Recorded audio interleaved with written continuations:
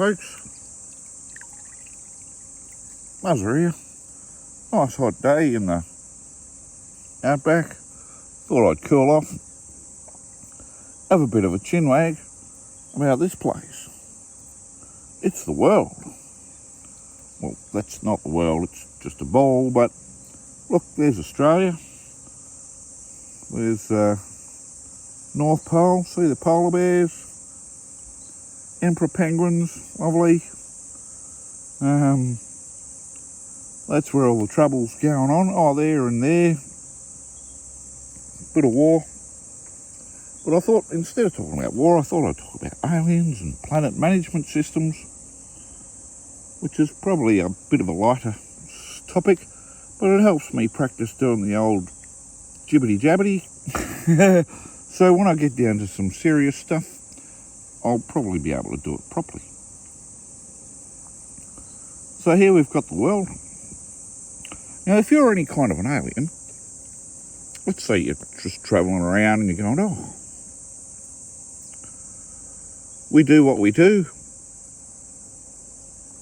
go to a planet, get one started, you know, nice, get a population, get a culture of life going, trees, plants, big lizards, and people, or all of the above all at once. You know, you got to send folks down to work the place and make it happen. So, at the end of the day, if you're any kind of an alien with half a brain, you know how to switch one of these things on and how to switch one off.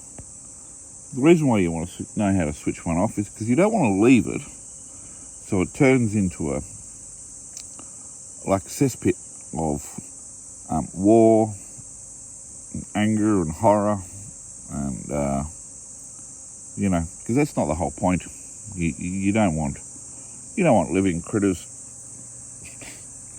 being nasty to everyone or to each other. So you switch it off. How do you switch off a planet?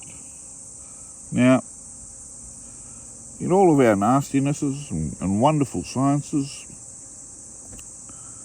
we've discovered ways that we can cleanse the surface pretty well. Nuclear bombs, biochemicals, bugs, viruses, whatever. Knock off the population and come back and resurface, start again. According to the Old Testament, the old one,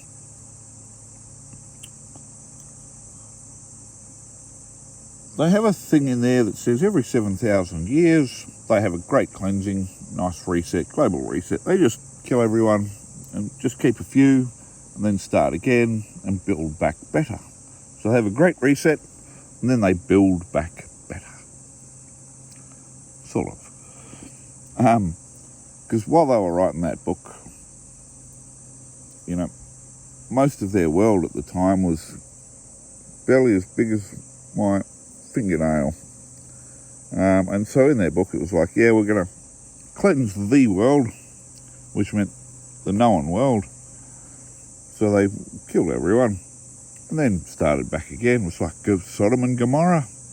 The great floods, you know, sometimes it's nature, but sometimes it's, you know, the bipedal nature of us being knobs to each other, being nasty. And that's where we're at the moment. We've got a couple of factions, and one of the ironic things is both of those factions have one thing in common. So the old biblical cycle is every 7,000 years, and where that starts, it's an interesting cycle. It's in two parts. One part is 1,000 years, what they call the Sabbath, which is like Sunday, they'll just chill out. They've just killed everyone on the planet, so they go, oh yeah, all right, we'll let it heal for a bit, and then we'll get back to work. And then it's 6,000 years of everyone living happy, nice, and then at the, around the 6,000 year mark, they go, all right, well that's our 7,000 years. Time's up, guys. We're going to have to do the old Great Reset and build back better again. And only this time we haven't just got some little sort of region like that, or maybe scattered around places. Instead we've got that whole thing. So we've got nuclear bombs, we've got biochemical warfare, we've got a few tools to just cleanse the surface and then do the Great Reset and build back better. Two factions. You've got the old ones doing the 7,000 year cycle, and then of course you've got the technocrats, the guys who love all the gizmos, oh look at that, yeah, beautiful. Now they get I don't know where they get their conscience from or their knowledge. There's been a few secret societies in history that have managed to get their way through into the present, and they're not all bad, but some of them can be, I guess. Some of them can break away and do very silly things. But nonetheless, you've got two of those. Well, you've got quite a few actually, but you've got two main ones that pop up, and one of them is the Freemasons. The other one's the Illuminati. And the only difference between them, they're both the same kind of animals. They all just sort of separated, one taking some rules and one just sticking to its own rules. And the Illuminati broke off, and it had nothing to do with magic or God, it was just science. So this is the technocrat, basically. You could say it's more complex than that. There's a lot more different cults and secret societies out there, Rosicrucians and, I don't know, Hermeticians, and I don't know. There's probably lots. But at the end of the day, that's what you've got. So you've got your technocrats up there, and they're the ones who have sat down, done the maths, figured out how to penetrate different governments and create policies so they can get their technology and stuff into place, control the world, and part of their policy is to reduce the population so it can then start managing everyone, like little robots. You do what you do. And did you ever see the movie Logan's Run? You only get to live till you're 40, maybe 60. Whatever the efficiency rating is how old you get to live. There is no compassion in that model whatsoever. You're just a bit of carbon. You run around, do what you can, and the moment you can't do that any longer, you call in the maid service, which is the assisted dying stuff. So that's a pretty dark one, but they're both kind of dark, but they're the two powers that are coming together at the moment.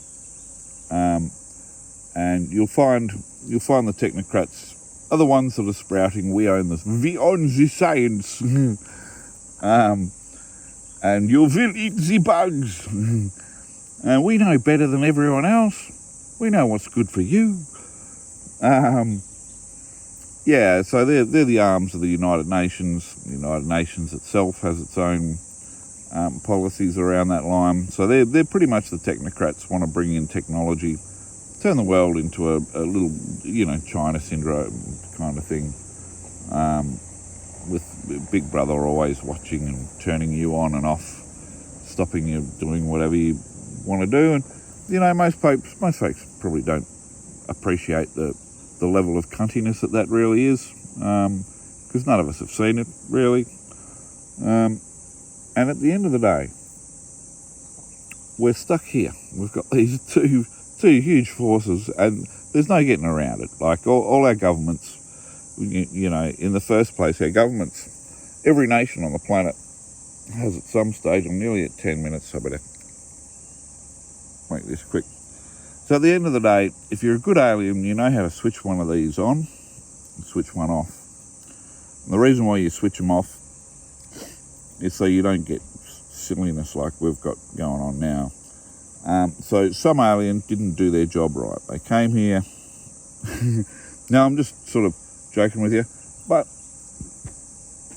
at It's an interesting concept. More on it later. That's my 10 minutes. All right. Enjoy the world, what's left of it. Ta-da.